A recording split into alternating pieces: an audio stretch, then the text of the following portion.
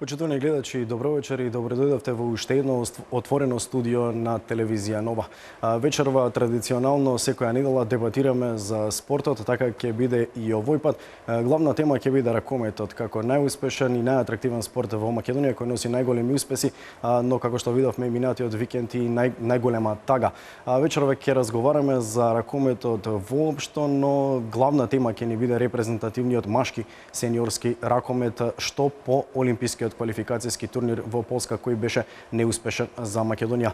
Вечерва по тој повод гостин во отвореното студио на телевизија Нова Стефче Алушевски, поранешен репрезентативец и поранешен спортски директор на македонската ракометна репрезентација. Алушевски, добро вечер. Добро вечер, добро ве најдов и чест ми е што ќе бидам тука и ќе поразговараме малку околу случувањата околу македонскиот ракомет, поготово околу македонската репрезентација пред квалификацијскиот турнир за Олимписките игри во Рио 2016. Така, ракометот како спорт број 1 во Македонија носи многу резултати, и добри и лоши, и на клубски, и на репрезентативен план. Затоа имаме за што да разговараме, но како што кажав и во најавата, главна тема ќе ни биде тој изминат олимписки квалификацијски турнир во Гданск, Полска. Заврши како што заврши оној претходно во Лондон, таму бевте и вие учесник, сега како гледач на овој во Гданск.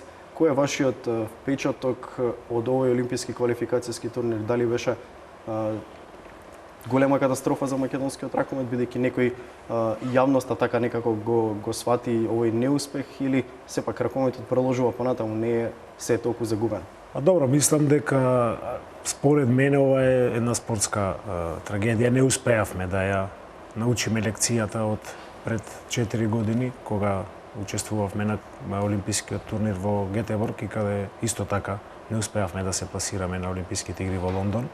Зошто го викам тоа? Затоа што ракометот заслужува да биде национален спорт и да не зависи од некои успешни стопанственици, да не зависи од луѓе кои што искрено го сакаат, меѓутоа покрај целиот нивни ентузијазам, покрај целата нивна желба, евидентно е дека луѓето кои што ги поставиле на раководни функции не знаат да ја однесат и да израдуваат македонската јавност. Многу побаво ќе беше доколку се пласиравме на Олимписките игри, станевме национален спорт, државата застанеше зад македонската репрезентација, одвојуваше многу повеќе финансиски средства за развој на ракометот, на сите ракометни селекции, не само на сениорската, него и на јуниорската, и на кадетската, и на пионерската селекција. Така да шансата е пропуштена, ракомет се играло, се игра и ќе се игра и после квалификацијскиот турнир во Полска. Искрено се надевам дека македонската репрезентација не го кажала последниот збор и дека ќе не израдува во јуни и ќе се пласира на светското првенство во наредно, односно нивно наредно големо надпреварување. Да одиме надпревар по надпревар. Некако се создаде таа еуфорија уште кога беше ждрепката, односно кога стана јасни веќе нашите противници на олимпискиот квалификацијски турнир, како Тунис, Чиле нема да го земеме премногу во предвид, бидејќи однапред се знаеше дека е аутсайдер. Тунис и Полска како домаќин. Тука ги гледавме нашите шанси, репрезентации со кои се познаваме, сме играле на големи надпреварувања, сме ги победувале, но и сме губеле. Така беше и против Тунис и против Полска. Имаме 2 победи, сега 2 порази и на овој квалификацијски турнир. Дали влеговме премногу еуфорично во турнирот? Па вака видите, значи после Европското првенство во Полска и сите ние што малку го познаваме ракометот, поставивме една, да кажеме, поставивме еден аларм да малку од малку ги алармираме луѓето кои што работат во федерацијата, селекторот, па и играчите дека не сме победиле топ репрезентација или репрезентација од првите 10 веќе 3 години. Не знам на што го темелевме тој голем оптимизам, дека и јас да бидам искрен бев оптимист дека ќе успееме, пошто Тунис не е репрезентација од првите 10 во, да кажеме, во светот, и бев убеден дека ќе успееме да се пласираме. Меѓутоа, некои луѓе тогаш не нарекоа душегрижници или не знам како, живееме во време каде што лицемерието, да кажеме, царува и доколку сте пријател на некоја, искрено сметам дека ние сме пријатели на ракометот, убаво е да му кажете на човек она што мислите не, и она што е реална слика, не она што сакаат да слушнат ушите негови. Алармиравме дека играме слабо на тоа европско првенство, се со цел да се седне на една заедничка маса, се направат едни добри подготовки за овој олимписки квалификацијски турнир. Меѓутоа, зошто и како не се сакаше, ние бевме, да кажам, во интервјуто на председателот после Европското првенство и неговата анализа, директно ме нарече дека сум бил како екс председател на Ракометна федерација небенефитно и несрекно решение. Не знам по кои параметри ме оцени за таков, пошто во моето 14-месечно работење во федерацијата, сите три машки селекции беа на големите надпреварувања. Аплициравме за еден проект кој што требаше да биде за развој на македонскиот ракомет и за развој на ракометот не само во Скопје, него и настрана во другите градови македонски. И сето тоа за 14 месеци беше премалку и не знам зошто, бев небенефитно и несрекно решение. Искрено, ќе бев многу посреќен да македонската репрезентација се пласираше на Олимписки игри, а јас останев некое такво решение. Меѓутоа, за жал, видовме како пројдовме таму, видовме која беше играта на нашата селекција, поготово против репрезентацијата на Тунис, надпревар кој што сите го свативме како да се биде или не, или надпревар на генерацијата. И мислам дека таков надпревар не се игра со почетокот 7-1, ако не се лажам, така не се гине за националниот дрес, така не се бори за националниот дрес, таква стратегија не се прави за успех на еден ваков турнир. Мислам дека штетата е направена и дека на луѓето од федерација е да и оние кои го раководат ракометот најдат најдобри решенија се во цел да го продолжиме континуитетот на големи надпреварувања. Доаѓа една нова генерација македонски ракометари кои што треба да ги заменат овие кои што ги направија најголемите македонски успеси. Споменавте против Тунис на стартот губевме со 7-1, со Полска губевме со 5-1. Некако тие два надпревари постојано ги бркавме. Противниците Македонија реално не е толку силна репрезентација која може да се врати од таква негатива. Дали таа лоша подготовка и тактичка поставеност на почетокот од надпреварите и прелесно влегување во надпреварите не чинеше пат до Рио? Добро, јас пак ќе кажам, не бев дел од стручниот тим и не знам како стварно се подготвуваа за овие два надпревари, меѓутоа до нас што го видовме, сум одиграл 245 надпревари за македонската репрезентација и секогаш кога бил битен надпревар, да кажам, никогаш не сме губеле 7-1. Не знам како сме се подготвувале психолошки, тактички, било како да сме се спремале за тој надпревар, евидентно дека сме ја погрешиле тактиката и дека ангажиран беше психолог кој што требаше да ја припреми репрезентација, нов директор кој што требаше да ги насмее репрезентативците.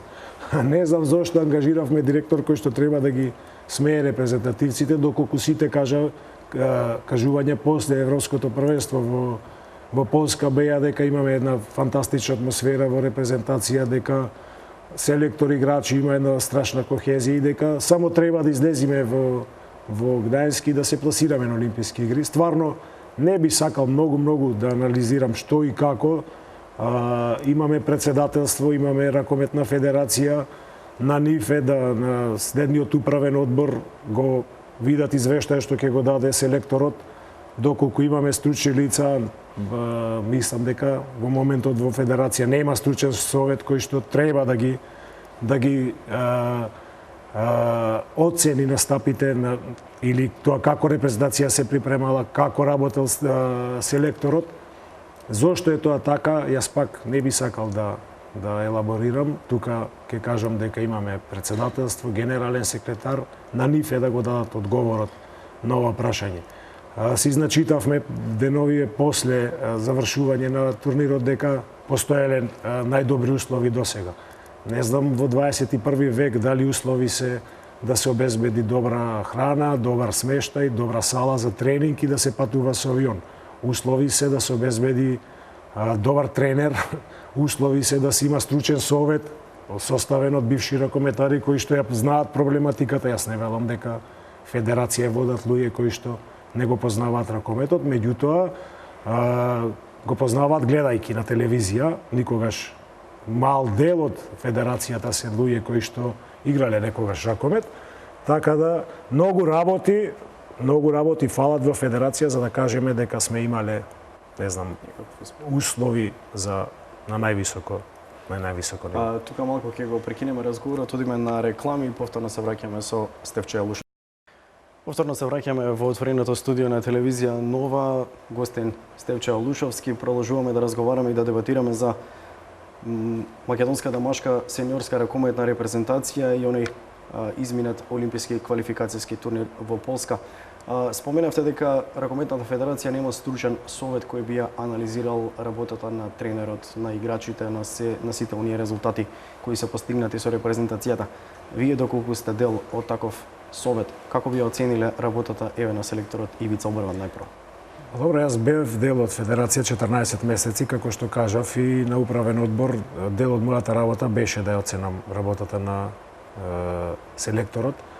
Можам да кажам дека Ивица Обрван ја превзеде репрезентација во еден исклучително лош период за нас, кога имавме пораз од Португалија и два тешки надпревари, значи да се победи Швајцарија во гости и Португалија дома, за да успееме да се пласираме на Европското првенство во Данска 2014 година. И мислам дека тој прв, да кажам, голем, тие први неколку надпревари, голем испит за него. Да, така ги положи успешно и бевме на Европското првенство во Данска, каде што ни се деси повредата на Наумче Мојсовски, еден од клучните играчи за македонската репрезентација. Настапивме без него, со доста други повреди, Филип Лазаров, Пецаковски повреден, Ровит. Значи, со сите тие турбуленции, Бранко Ангеловски, неговата несекна изјава на тоа првенство, успеавме да завршиме 10-ти, со два натурализирани играчи. Знаете дека Ренато Вугринец тогаш не успеа да игра за македонската репрезентација, настапуваше после на квалификацијскиот турнир со Грција и се пласиравме и на светското првенство во Катар. Пак ќе кажам дека во сите мои изјави што сум ги давал околу репрезентација и работата на селекторот, сум кажал дека во последните 3 години не сме добиле топ 10 репрезентација. Според мене тоа е, да кажам, неуспех на еден селектор доколку не успеете да добиете една голема репрезентација. Видовме како завршивме на овој турнир. Мислам дека неговото заминување во Шамбери беше, да кажам, една додатна капка во чашата за да се он дефокусира или да не биде 100% посветена репрезентација, затоа што го водеше и Шамбери, беше далеку од нашата земја, каде што, да кажам, се случуваат сите работи што се поврзани со репрезентација. И на крај неславно ја заврши репрезентативната или селекторската улога во македонската репрезентација, не успевајќи да не однесе на Олимписките игри. Искрено се надевам дека ќе најдеме за брзо време добро решение селекторско, кое што ќе продолжи низата со македонска репрезентација на настапи на големи преварувања. Токму тоа ми е и следното прашање. Каков профил на селектори треба на Македонија? Постојат оние дебати во јавноста, дали треба странец, дали треба домашен селектор. Според вас, кој е идеалното решение за македонски селектор за оваа генерација на ракометари кој ќе направи спој помеѓу искусните и младите кои надоаѓаат? Видовме дека некои ќе се пензионираат, најавува повлекување. Па каков профил на селектор, на тренер, пред се ракометен тренер ни треба за да се направи таа една транзиција во македонската ракометна репрезентација и да се продолжат успесите, да нема пад во резултатите? Секако дека едно од можните или добри решенија би било да е тоа селектор кој што работи во Македонија. Не мора да е македонец, нека биде и странец, па зошто да не е македонец, кој што ги познава младите играчи и ја познава репрезентацијата, работел со сите нив, ќе нема да му биде потребно време за да ги запозна и младите и старите играчи, него бил со нив. Јас не би сакал да лудирам на никого, него едноставно ќе кажам дека Македонија има два врвни тренери кои што работат во, да кажеме, двата најголеми наши клубови во моментот, Вардар и Металург.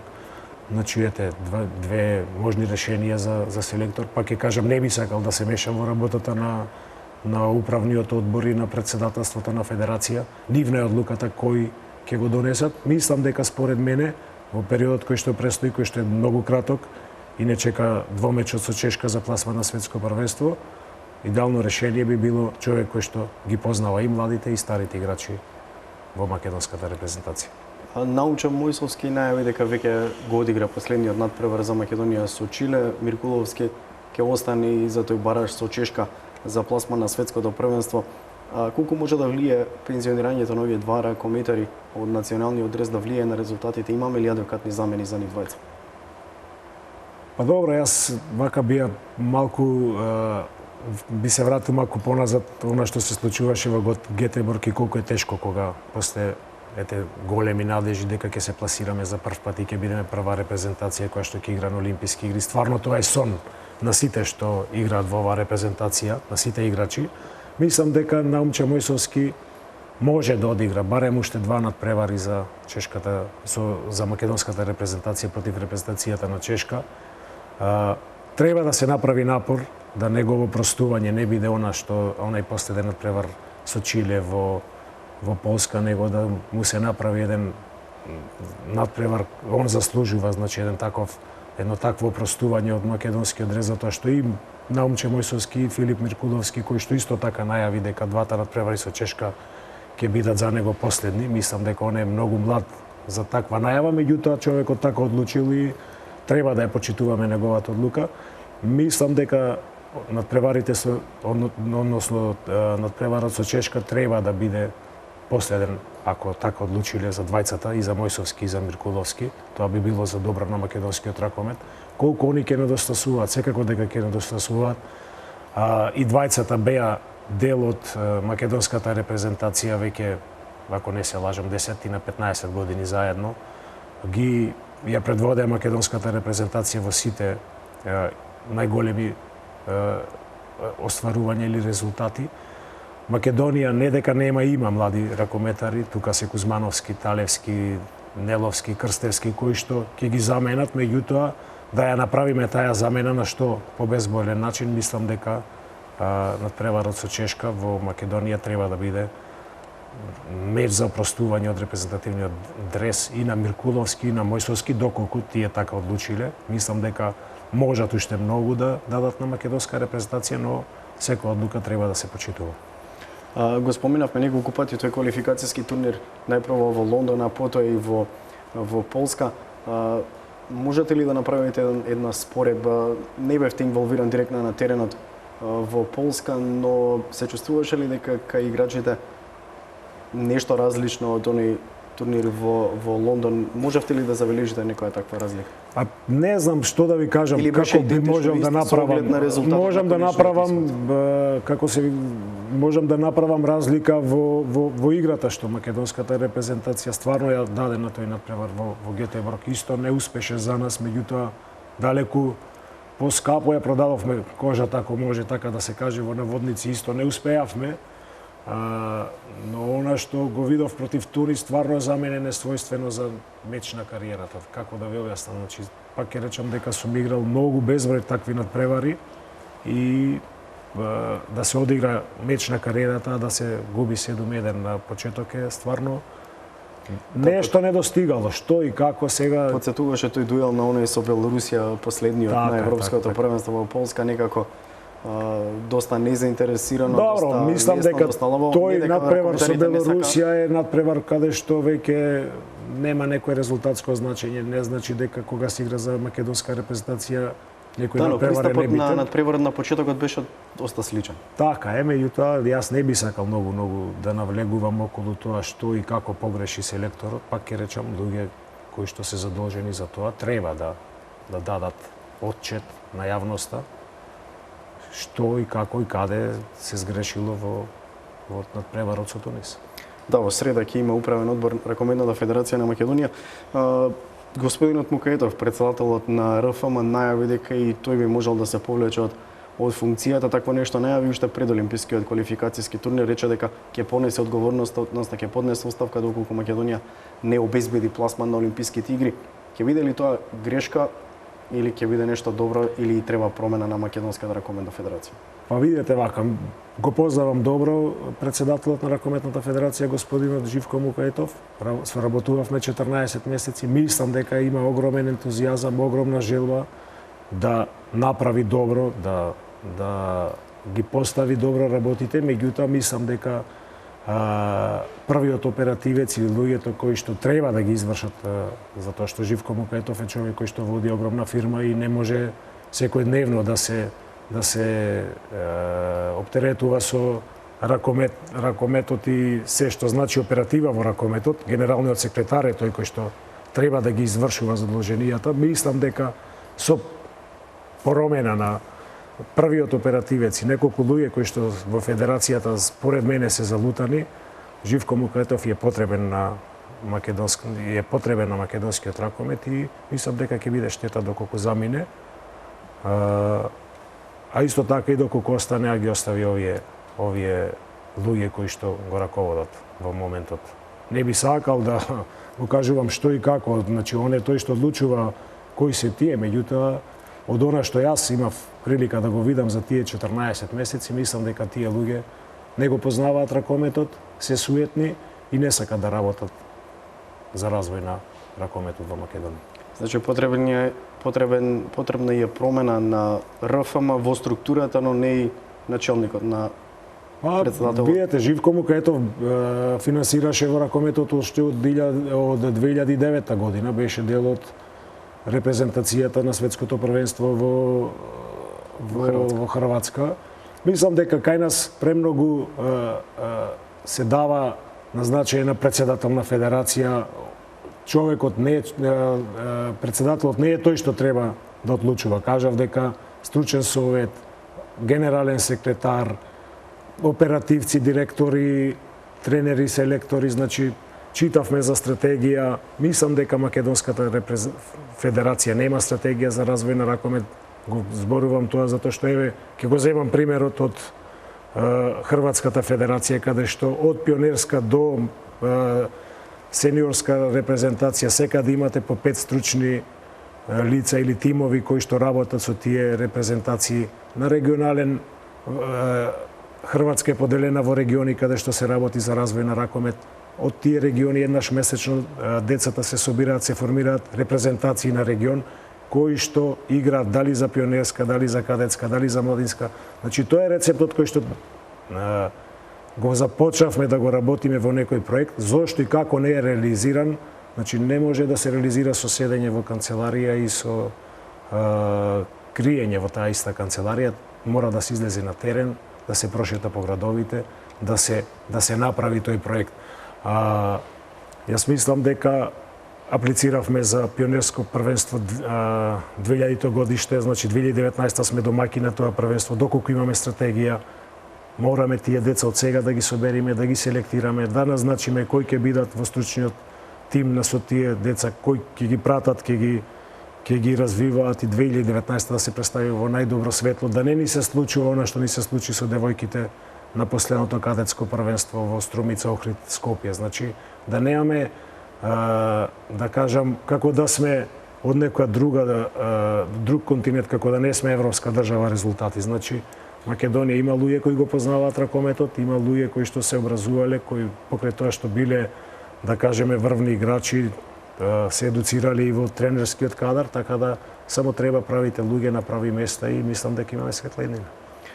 Споменавте таа ракометна стратегија, многу земји го користат тоа во сите спортови, и кошарка, и фудбал. Како што споменавте вие во ракомет и во Хрватска, каков точно план е потребен на Македонија?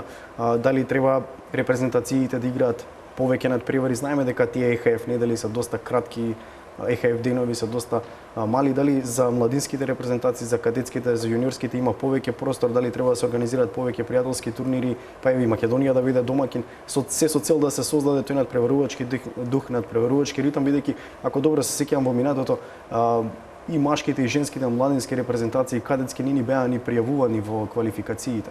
Добро, да бидеме искрени, се направи еден чекор понапред, сега ги превуваме репрезентациите, меѓутоа само ги превуваме, значи една младинска, кадетска или пионерска репрезентација доколку одигра 2 или 5 надпревари во текот на сезоната, тоа за мене не е стратегија. Стратегија за развој на ракомет е, значи еве ќе земеме било која европска држава која што размислува за развој на ракометот во било која селекција, еве ќе земеме Румунија, женските репрезентативките кои што беа тука светски кадетски првенки одиграа во текот на годината 65 репрезентативни надпревари. 65 и 2 надпревари или 5 надпревари, мислам дека има разлика прво во начинот на организирање, начинот на развој на тие деца и само така можеме да се надеваме на успех и на развој на ракометот, доколку кампањски или дневно стратегиски, некои стратегии краткорочни правиме, мислам дека не ни се пишува добро. Плод на репрезентација, значи кога зборуваме за стратегија, за мене не е стратегија доколку се распаѓа Металург.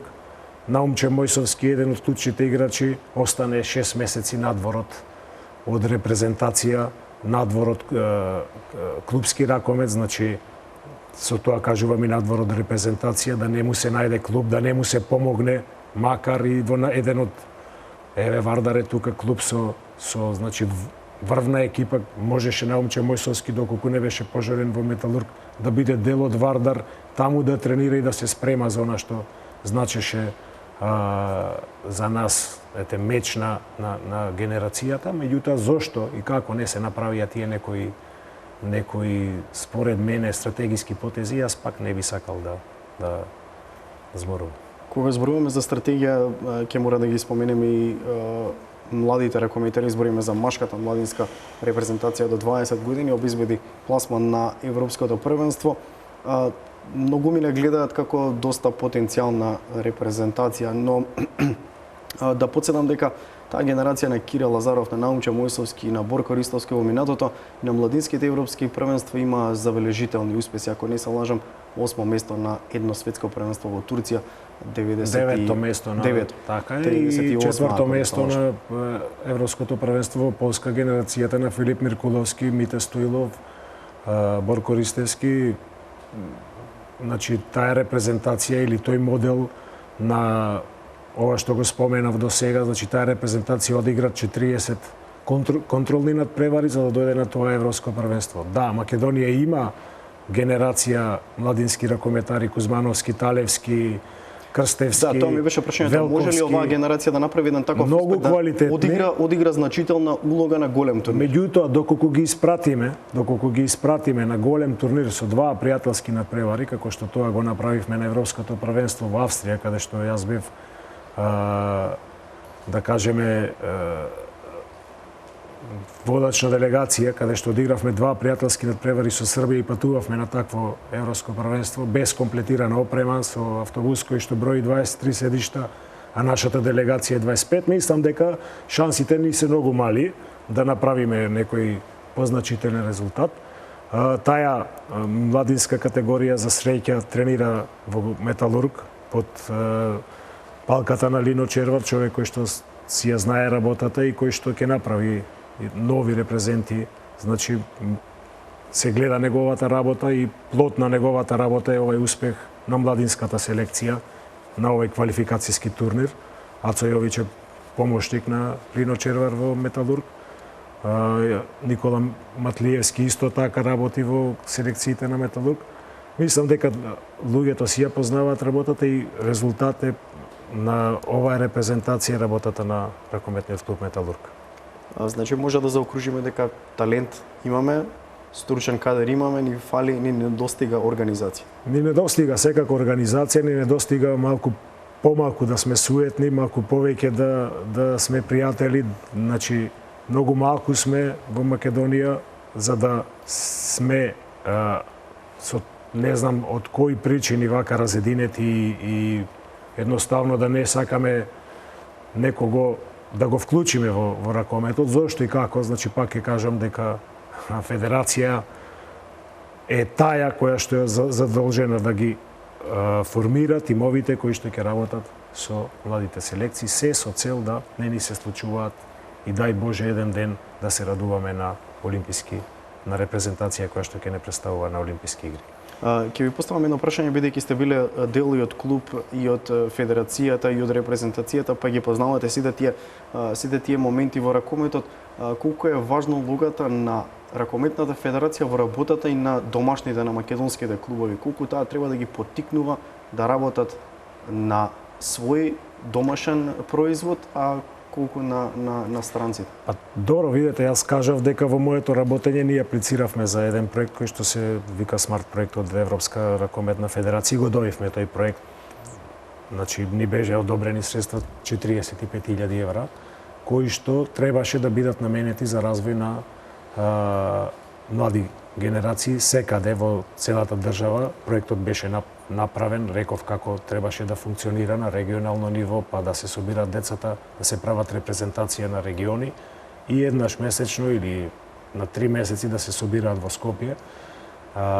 Тие пари не знам зошто и како дали се пренаменети, не се пренаменети, стварно јас сум веќе 18 месеци надвор од Ракометна федерација на Македонија и не знам докаде е проектот. Тоа беше проект кој што требаше и цел и задача на федерација да ги развива тие и да ги помага тие помали клубови да можат да се надпреваруваат во пионерска, кадетска, младинска. Знам дека беше донесен закон да една суперлигашка екипа не може да се надпреварува доколку нема младинска и кадетска екипа.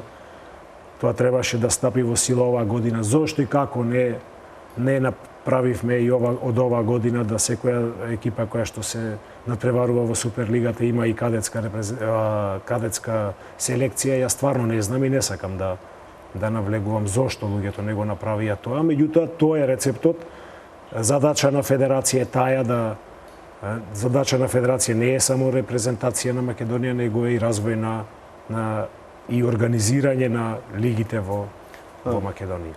Како може федерацијата да ги поттикне, да речеме, општините да финансираат во своите клубови, бидејќи некако ракометот се централизираше во Скопје покрај Металург и Вардар, но во минатото се сеќаваме колку силен тим имаше Преспа, Јафа Промет, Пелистер беше екстремно јак силен тим. Колку федерацијата може да влијае на тоа општините, бидејќи повеќето ги поседуваат клубовите, да инвестираат, да направат квалитетен тим, да работат со млади, пред се со млади, бидејќи од тие помали клубови мислам дека вистинското богатство е во својот кадар, бидејќи знаеме клуб ракометен во Струга во некој од нашите лиги колку што се сеќавам нема, но пола репрезентација ни се стружени. Така е, мислам дека со добар проект, со добра стратегија, со помош од страна на федерација околу некои котизации и трошоци кои што ги имаат, да кажеме, помалите клубови, условно, значи како што е Струга, која што ја земаме за пример, може да се помогне и на тој градоначалник кој што стварно или да се даде проект кој што ќе држи, кој што ќе Сега јас не би сакал да учам некој како тоа треба да се прави, меѓутоа има начин да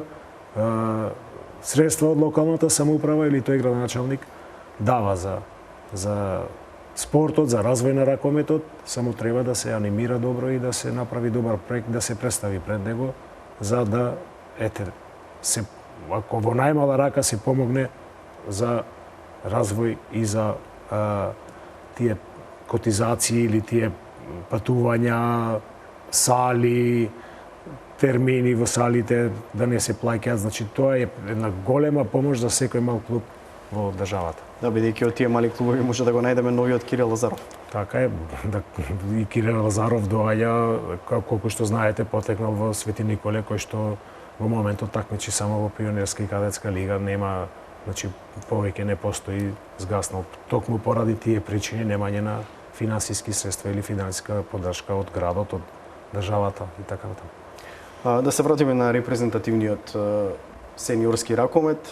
Ни следува бараш за светското првенство, го спомнавме неколку пати со Чешка, една репрезентација со која неколку пати играме и на европски првенства, и во квалификации, и во бараш, ќе играме и во следните квалификации за европското првенство. Колку е важен овој бараш за Македонија и колку е важно Македонија да ги продолжи тие настапи на европски и светски првенства, односно големи турнири, и дали доколку Македонија не дај Боже не се квалификува на светското првенство, колку ќе влијае тоа на македонскиот репрезентативен ракомет? Па јас би го изедначил овој ракомет со Чешка, овој ракометен надпревар или двомер со Чешка со онај 2000 година со Израел, кога што не успеавме после светското првенство 99-та да го продолжиме тој континуитет, па ни се деси еден вакуум од 10 години. Не би сакал да помислам дека оваа генерација Талевски, Кузмановски, Велковски, Неловски ќе има таков вакуум, меѓутоа е многу битен за тие млади момци сите до еден да осетат што значи големо надпреварување.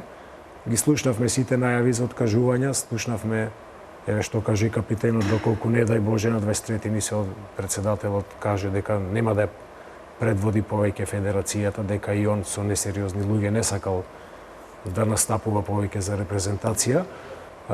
Мислам дека ќе се направи еден вакуум од барем 2-3 години каде што ќе не нема на големи надпреварувања, и тоа не е добро за развојот на овие млади ракометари. Да бидам искрен, јас сум оптимист за двомечот со Чешка. Мислам дека ќе се мобилизираме, дека ќе се стават сите што го мислат доброто на македонскиот ракомет во функција и дека ќе успееме да излеземе како победници. Ја пратам Чешка, играше два подготвителни надпревари, токму за тој бараш со репрезентацијата на Австрија, додека нашите се надпреваруваја на олимпискиот турнир. Е доста сериозна репрезентација која што во ниту еден момент не сме да се потцени. Репрезентација која што, доколку се сеќавате на последниот надпревар кој што го игравме во гостини, водеше во првото полувреме 8 разлика, па успеавме во второто да се вратиме до нерешено. Не е наивна репрезентација и ќе треба да се мобилизираме доколку сакаме. Искрено се надевам дека сме поквалитетни и можеме да ја пројдеме во овој двомеч. Бевме поквалитетни и од Тунис, но ете што се случи.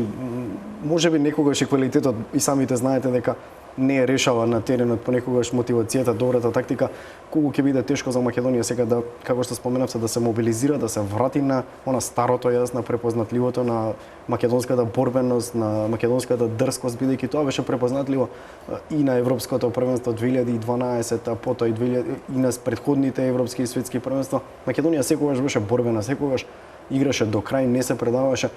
На овој турнир во Гданск мислам дека тоа не беше случај, и на претходното европско првенство во Полска. Што треба Македонија да го врати тој жар во себе? Добро, сега видете, после Гетеборг ни се случи Австрија, каде што стварно лесно во два надпревари успеавме да избориме настап на големо надпреварување. Што треба да се врати? Треба да се промени, да кажеме, само менталниот склоп на играчите. Значи, со промената на селекторот, секако дека ќе дувнат позитивни ветрови во македонската ракометна репрезентација машка. Искрено се надевам дека ќе се избере оптималното решение. Значи, кажавме дека периодот е краток. Тие момци не заборавиле да играат ракомет, не заборавиле да се борат. Што не беше добро во Полска, јас стварно не можам да дадам одговор, затоа што нити бев, нити па сакам да се оптеретувам со тоа што се случувало внатре, ако се случувало. Но Македонија има квалитет. Ние сме репрезентација која што била препознатлива по борбеноста. Зошто тоа не беше случај во Полска, пак ќе кажам, немам одговор, ама сум оптимист и секогаш сум бил кога е во прашање македонската репрезентација дека многу малку треба да се промени и да имаме една нова слика за нашите херои. Сте биле долго време во репрезентацијата, ги познавате сите интерни, надворешни работи во совлекувалната помеѓу ракометарите. Што би им кажале вие на репрезентативците еве пред еден ваков важен надпревар како против Чешка, за да ги сплотите и за да ја вратиме таа самодоверба и таа борбеност? Добро, што и би им кажал, сега тоа е релативно, значи еве ќе ви раскажам една ситуација која што се случи во Србија 2012 година на Европското првенство, после тој несреќен пораз од Данска, стварно репрезентацијата и сите ние бевме некако, да кажам, полумртви. Една порака од која ја прочитавме пред тој надпревар со Полска, толку не сплоти, толку ја врати. Значи нека се сетат на се она убаво што поделиле меѓу себе, на сите оние убави резултати. Нека се сетат колку убаво кога се победува и мислам дека имаме и квалитет и знаење да бидеме оние старите. Не дека сме, не знам, дека ние заборавивме да играме ракомет и не дека е толку црна атмосферата внатре, меѓутоа многу малку треба за да сте Не достига искра. така, да бидете топ или да бидете еве вака како што ние завршивме против Тунис. Може ли да ја чуеме пораката која сте ја прочитале пред дуелот со Полска? Сега, искрен да бидам, е една порака од отец Трајче од црквата Света Богородица, која што стварно не дигна сите, дека македонскиот народ е пирај и дека никој не може да го искорни, дека секогаш ќе бидеме прави да се бориме за Македонијата. Во тој стил нешто беше испратено, кое што сите нас не врати во живот, да кажам. Потоа ја прегазивме Полска. Така е. Искрен да бидам, се надевам дека ќе прегазиме Чешка. Така. Еве ќе отидеме уште еден чекор после Чешка. Повторно некако ни доаѓа Чешка во тие квалификации за Европското првенство во Хрватска во 2018 година. Ги добивме противниците Исланд од првиот чешир, најквалитетивниот чешир, ние втор, Чешка од третиот и Украина од четвртиот. Ваша една кратка анализа, дали добивме добра, тешка група? Групата е и добра и Може би не премногу атрактивна, но се ќе зависи од двомечот со Чешка и тоа како ќе се заврши тој двомеч и дали ќе се пласираме за да бидеме јас не би одел толку далеку со некои такви предвидувања, анализи. Би кажал дека Македонија во моментот има проблем, треба да се преструктурира, да се преекипира, да се направат правилните потези, да правите луѓе дојдат на прави места. Пак ќе кажам, ќе оставиме на луѓето кои што го водат ракометот да ги направат тие потези за доброто на македонскиот ракомет. Македонија има квалитетни ракометари кои што допрва треба да дојдат исто така квалитетни. Не би анализирал многу, знам дека Исланд или исландскиот ракомет е секогаш во топ ракометот европски. Чешка судена како на времето Унгарија. Тој Исланд истиот, кога да, не можевме Унгарија, да се пласираме на или Унгарија да се пласираме на големите надпреварувања. Да бидам искрен, еве нека бидеме ние само со прави луѓе на прави места, мислам дека ќе биде лесна таа анализа на таа група. Резултатот ќе дојде сам по себе. И па тогаш да анализираме за европското до 20 години. Македонија ги доби противниците и на тој турнир.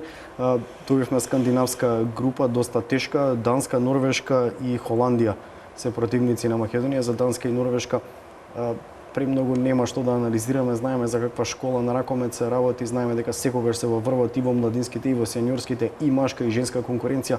Холандија е една интересна земја која во последен период има некаков напредок во ракометот, особено во женскиот репрезентативен. Можеби во машкиот се уште не, но во женскиот има, па може да се каже дека имаат некаква ракометна школа и некаков проект за добри успеси. Значи, ви кажав дека 2014 година бев дел од репрезентацијата младинска. Имав прилика да ги гледам и Данска и Норвешка, која што во тој период имаше 5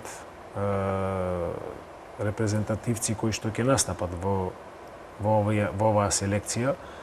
Норвешка, која што ја предводеше нивниот сегашен селектор, која што игра еден изворедно модерен ракомет без Сагласен, кој што беше повреден на тоа европско првенство. Видовте како игра за норвешката репрезентација. На избиратото европско.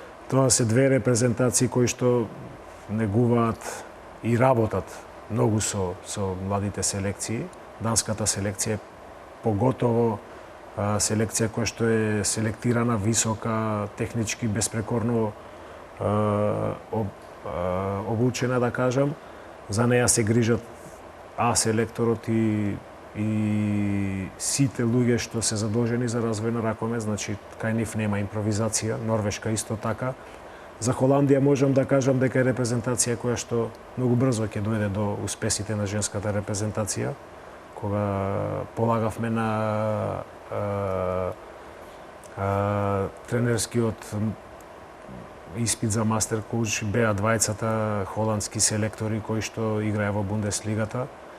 Значи прави луѓе на прави места.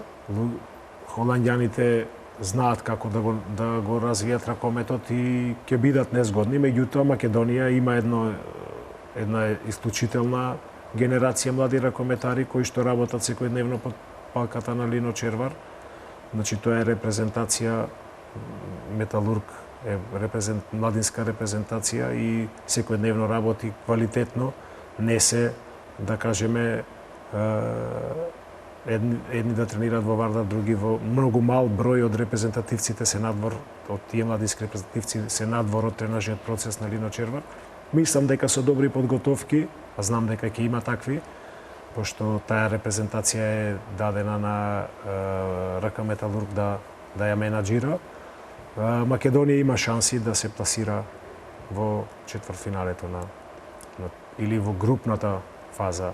Не знам како е сега таму, дали првите три или првите две, така, меѓутоа има шанси добро да се представи и да видиме каде се нашите врсници со... Да, токму тоа ми беше следното прашање, може ли да биде овој турнир некаква оцена за тоа со каков талент располага Македонија и колку се тие млади играчи подготвени да го направат исчекорот кон сениорската репрезентација, бидејќи да бидеме реални, младински првенства, младински репрезентативни настапи и сениорски се доста различни. Вака, значи не да даде, него мора да даде оценката за тоа докаде е развојот на тие репрезентативци, затоа што они имаат уште едно првенство доколку успеат да се квалификуваат до 21 година и после тоа преминуваат во сениорскиот тим, каде што сите озбилни селекции, зборуваме да речеме Данска, Германија, од тој филтер ги црпат репрезентативците. Таа репрезентација на Германија која што во оваа година на Европското првенство беше европски првак, пред 2 години тие сите делот 80% тие репрезентативци играе во на младинските првенства. Значи поставеноста, организацијски и стручните лица кои што работат не застануваат во ниту еден сегмент од она што треба да биде во селекцијата. За нас многу битен турнир кој што нова млада генерација ќе им го отвори патот на нови успеси во сениорскиот репрезентативен ракомет. Ја споминавте Германија, само накратко ќе се навратам околу оваа селекција, го освои европското првенство во Полска. Рековте млади играчи играле на претходното европско младинско првенство. Во минатото Германија беше исто така голем играч на олимписките, на светските, на европските првенства, но им се случи еден краток вакуум од неколку години. Знаеа да утнат европско, знаеа да утнат светско првенство, беа трпеливи и дојде една нова генерација на, ќе речам во наводници, анонимни ракометари, бидејќи не беа дел од најголемите клубови, ако беа дел од Кил, не беа оние главни носители на играта, Фленсбург, Магдебург и така натаму и останатите тимови. Може ли Македонија да биде трпелива како Германија и да истрпи еден таков неуспех, да пропуштиме 2 големи надпреварувања, но тоа да не го сватиме трагично, туку да се фокусираме на вистинската работа, на вистинскиот пат и да знаеме што сакаме во иднина? Што е она што Германија го направи, значи го лоцираше проблемот. Проблемот кај нив беше играњето на странските играчи, се поголем број на странски играчи во нивната лига, се помал број застапени домашни млади ракометари во најсилната лига на светот. Го лоцираја проблемот, поставија човек кој што го задолжија за развој на германскиот ракомет, Боб Хенинг, кој што го постави сегашниот селектор за селектор на сениорската репрезентација и резултатите неминовно дојде. Они се нација која што стварно знае како да направи спортски резултат пред се. Јас мислам дека Македонија треба да го лоцира проблемот, каде е проблемот. Јас пак не би се правил најпаметен во оваа држава. Има луѓе кои што треба да раководат со македонската федерација и со сите репрезентативни селекции. Треба да се лоцира проблемот. Проблем имаме, да се постават работите како што треба. Многу блиску сме со Хрватска, која што е успешна, со Словенија, ако не знаеме како да го препишеме нивниот модел и по темперамент, и по начин на живот, и по некои спортски резултати во онаа држава во која што живеевме, сме слични, така да имаме од каде да видиме, доколку не знаеме, само треба малку повеќе да се организираме и да направиме. Македонија е талентирана спортска нација, има деца кои што го сакаат ракометот и треба само да се постават правите луѓе на право место, што ќе кажам. Сега малку ќе направиме одмор од овој репрезентативен ракомет во Македонија. Имаме многу теми за разговор, бидејќи, како што кажав и како што сите велат, ракометот е спорт број 1 во Македонија. Одиме на ракометниот клуб Вардар. Женскиот колектив е на Final Four, машкиот колектив е во четвртфиналето од Лигата на шампионите, ќе се бори против Веспрем за влез на тој толку посакуван Final Four. Ќе им дадеме предност прво на девојките. Трет Final Four турнир поред во Будимпешта. Дали е време за Вардарки да дојдат прво до финалето, а зашто да не и до големиот трофи? Гледајќи жребката и противникот кој што го добија Букурешт, мислам дека Вардар треба да биде благ фаворит на тој надпревар и да се надева на финале. Финале е еден надпревар кој што треба да се одигра. Јас ќе кажам и кажав пред на некој од предходните емисии кај вас, анализирајќи го онај резултат со Ларвик 14 разлика, дека Вардар стварно се развива. Трето учество на тој завршен турнир е потврда на работата со стратегија на женскиот клуб или ЖРК Вардар. Искрен да бидам, мислам дека имат големи шанси да настапуваат во финалето. Финале е еден надпревар, гер или будучност.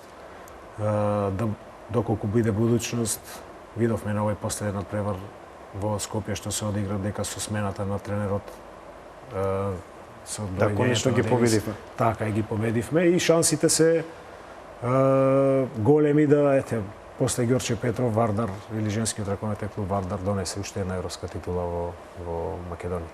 Прво следува тој дуел со ЧСМ Букурешт. Игравме во првата групна фаза против нив дома една тесна победа. Во Романија нешто полесна победа и поубедлива победа на Вардарки. Нема да биде телесен противник, бидејќи го елиминира Ростов, ако не се лажам, во четвртфиналето, покажаа дека се квалитетен тим. Така, секој што стигнал на тој завршен Final Four, секако дека не е наивен тим, меѓутоа Вардар одигра два надпревари со екипата на Букурешт, добро се познаваат, двата мислам ги доби. Букурешт на двата надпревари на Букурешт фалеше, можеби по мене, нивниот најдобар играч. Меѓутоа, пак ќе кажам, Вардар е благ фаворит на тој надпревар и очекувам Вардар да биде дел од големото финале на Final Four во... Подобро би било со будучност или со гер финале? Подобро може би со гер, повозбудливо со будучност. Будучност е екипа која што не му лежи на женскиот ракометен клуб Вардар. Аџич е тренер кој што ја базира својата игра на цврста одбрана. Мислам дека со доаѓањето на Девис и тој проблем е надминат во екипата на Вардар, но финале, секој надпревар е историја за себе. Шансите пак ќе речам на тоа финал, без разлика со кој ќе се сретне Вардар, се 50-50.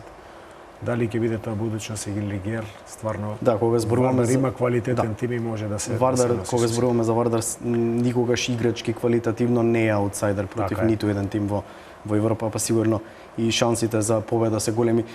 Само накратко ќе го споредиме ЖРК Вардар со будучност, бидејќи будучност знаеме како работи, има голем дел од ракометарките се костур на таа црногорска репрезентација женска која остави за себе големи успеси на големите надпреварувања, олимпијади, светски првенства и европски.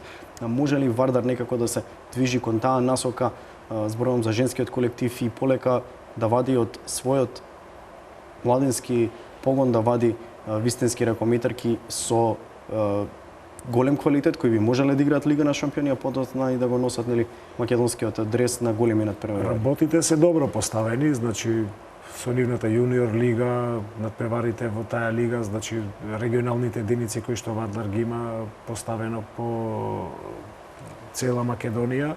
Мислам дека таа работа ќе вроди со плод и за брзо време ќе имаме, значи, женски квалитетни ракометарки кои што ќе го облечат дресот на Вардар и ќе го пресликаат успехот што будучност и Црна Гора го прави со женскиот ракомет.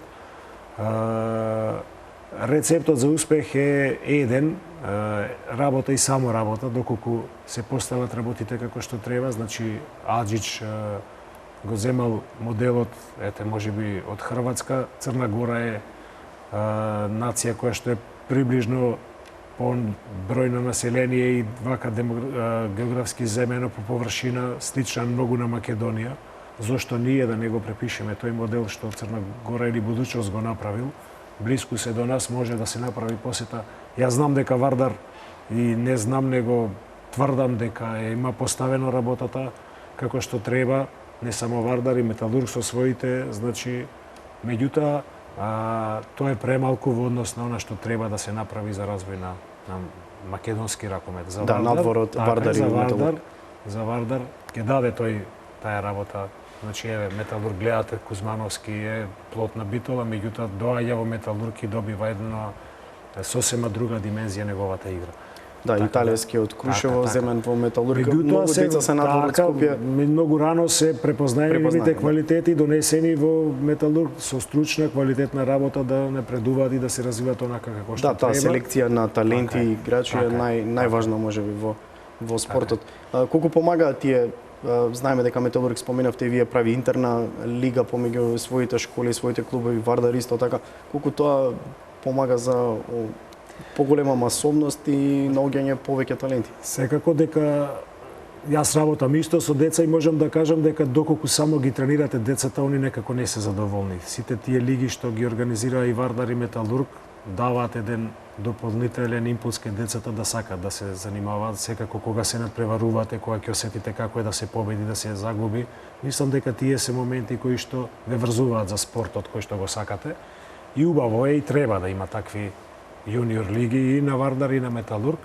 И дај Боже и македонската куќа на ракометот да направи една таква мини лига каде што и другите клубови ќе се надпреваруваат и ќе осетат децата што и како. Значи, например, со 10 години да се осети успехот на победата или што значи да се загуби. Така, мислам дека секако и психички тоа ќе влие многу подруго. Тоа е рецептот и да се привлечат нови деца, а и да се направат нови репрезенти во Македонија. При крај сме на овој разговор, не може да не го споменеме кога зборуваме за македонски ракомет и машкиот тим на Вардар. Многу е потешко на клубски план во машка конкуренција да се стигне до тој Final Four и до таа европска титула, отколку кај дамите, бидејќи во машкиот ракомет постојат неколку ракометни институции кои тешко се симнуваат од тој врв на ракометот. Вардар во четвртфиналето го има Веспрем. Познат е противник, игравме два пати во СК лигата регионалниот дел, во регуларниот дел и еднаш во финалето каде што Вардар би рекол испушти победа против Веспрем. И двата се очекуваше дека двата клуба можеби нема толку сериозно да го сватат тоа финале, но на теренот мислам дека не беше така. Мислам дека и Вардар и Веспрем сакаат да го освојат тој трофеј во СК лигата. Какви се шансите на вардарци овој пат во четвртфиналето од Лигата на шампиони? Кажав и анализирајќи тогаш кога бев гостин тука за оној резултат Вардар Ларвик, дека една или две топки ќе одлучуваат кој ќе биде патник на Final Four во Келн. Вардар е екипа која што се развива исклучително добро, значи екипа која што има стратегија и го слушав денес Веселин Војовиќ на една емисија каде што кажа дека дали некој можеше пред запрашан за неговиот престој во Вардар, што и како он придонел, вика дека дали некој некогаш можеше да замисли дека 3 играчи на Барселона ќе настапуваат за Вардар, значи тоа е да кажеме оценка за работата на ракометниот клуб Вардар, тоа што најголемите ракометни имиња сакаат да го облечат дресот на Вардар. Вардар можеби, еве и доколку не успее ова година, јас искрено се надам дека ќе успее да се пласира на Final Four со стратегијата која што ја има, со сите засилувања кои што ги има најавено и играчите кои што ги има во моменталниот ростер. Мислам дека многу брзо ќе биде гигант во европски рамки и дека секој еден кој што ќе го излече Вардар ќе го смета за таков. Како што споменавте на почетокот, можеби не е се во парите, туку и во организацијата многу е важно, бидејќи големите играчи сакаат да дојдат во голем клуб. Секако дека организацијски, меѓутоа пред се и финансиски, кога имате стабилна финансиска конструкција, секако дека сте доволно паметни и организацијски да се поставите како што треба и да работите во денешно време се е напишано, само треба да се примени и да се очекуваат резултати. Веспрем е еден таков проект на унгарскиот ракомет, можеби некако е привилегиран во однос на другите, но гледаме дека и другите клубови имаат големи успеси во Европа, но Веспрем е еден, би рекол, гигант, можеби меѓу топ 3 екипи во Европа покрај Пари Сен-Жермен и Барселона, има многу странски репрезентативци, има домашни репрезентативци на Унгарија. Какви се шансите на Вардар? Може ли да го елиминира Веспрем, ако знаеме дека, еве како што кажав, во топ 3 покрај Барселона и Пари Сен-Жермен? Веспрем е екипа која што веќе 15 години, ако не и повеќе, е во завршницата на Лигата на шампионите. Екипа која што доаѓа од мало градче, која што живее за ракомет и ракометарите се таму национални херои, без разлика од која држава доаѓаат, они се таму супер звезди, кои имаат тој статус и убаво е кога се живее и работи во таква една атмосфера. Но нити Вардар во моментот не заостанува многу зад Веспрем. Кажав и пак ќе кажам дека шансите се големи, дека една или две топки ќе решаваат кој ќе биде патник на Final Four. 50-50 би оценил шансите. Вардар има доволно искусни играчи кои што поминале финалиња на светски европски првенства, кои што освојувале светски европски првенства, така да не гледам зошто не би се надевал на пласма на завршницата или Final Four во Кел. Една топка реши пред 3 години, односно пред 2 години, кога Вардар во четвртфиналето играше со Фленсбург, а потоа Фленсбург стане и европски шампион. Тој дуел во тогаш во Борис Трајковски беше навистина драматичен. Така и оној Вардар што тогаш настапуваше, овој Вардар што настапува денес, значи има голема разлика. Вардар тогаш беше екипа која што доаѓаше и која што создава. Така, денеска тие играчи се 3 години поискусни. Тимот е изменет. Видовте дека таа година Вардар го елиминираше Хамбург, кој што тогаш беше европски првак. Само треба да се верува, мислам дека квалитет Вардар поседува и дека нема да биде чудо доколку се пласира на Final Four. Може би мал проблем оваа сезона беа големиот број на повреди, особено на левата бековска позиција. Колку го размрда тоа Вардар, но колку и доби Вардар, бидејќи Раул Гонзалес постави една друга игра со пониски бекови, нешто побрзи, можеби немаме класични бекшутери како Горбах, односно играше Горбах на последните неколку надпревари, но се врати од повреда. Колку таа брза игра, колку добива Вардар на ширина во формациите, во поставеноста на играта, со тој голем квалитет на игра. Добро, играта на Вардар се темели на тие широки вкрстувања или промени на места и брзи играчи од типот на Циндрич, Карачич, Душебаев, кои што знаат да направат продори, да поентираат. Не би се сложил дека Вардар нема шутери, Горбок и Македа се два исклучително високи играчи кои што можат да шутираат во секој момент. Точно е дека повредата на Деревен, на Лацковиќ, малку ја успори играта на Вардар.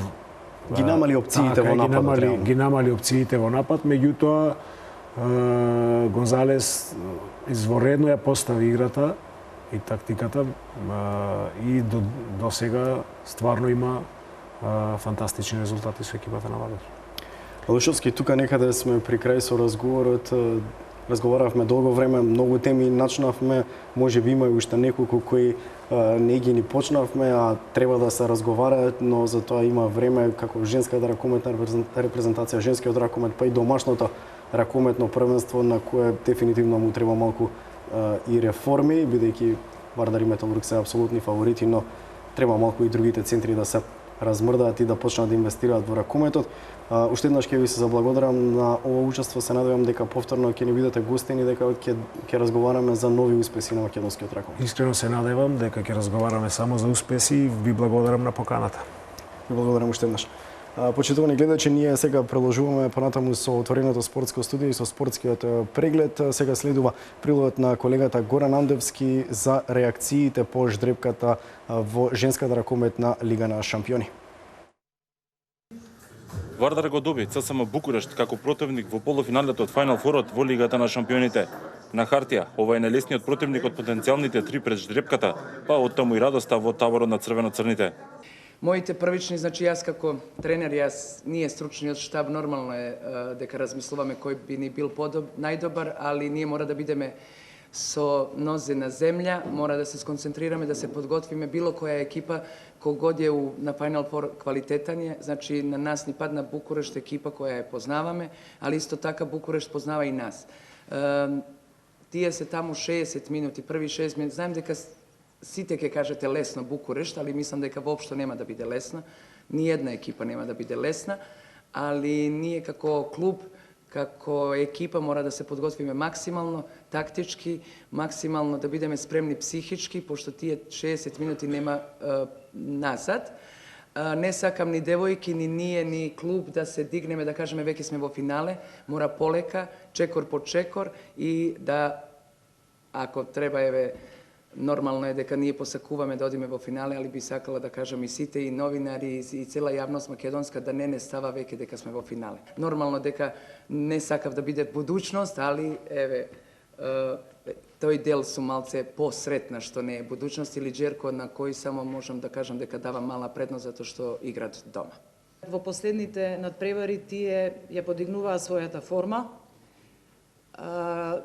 направија извонредно изненадување со Ростов, нема да дозволат, односно ќе направат се да не победат, бидејќи два пораза сигурно ги болат од Вардар и во Скопје и во Букурешт. И ракометарките на Вардар се задоволни од ждребот, особено што веќе има две позитивни искуства во мечевите со Букурешт, откако забележаа две победи во групната фаза од годинешнава Лига на шампиони. Па можам и јас да кажам дека сме малку посрекни затоа што ни се падна Букурешт. Како што кажа тренерот, ја познаваме доволно добро екипата, имаме резултат над неа, како и во групата што поминавме. Се надевам дека ќе се спремиме, бидејќи имаме доволно време, ќе се спремиме и се надевам дека ќе направиме некој резултат и ќе бидеме во финалето. Final Four традиционално ќе се игра во Будимпешта, во Ласло Папа арената. Полуфиналните надпревари се на 7 мај, а мечевите за медали се на 8. Доколку Вардар ќе го мина тимот на Букурешт, во финалето ќе играат против подобриот од дуелот помеѓу Будуќност и Герд. Не искам да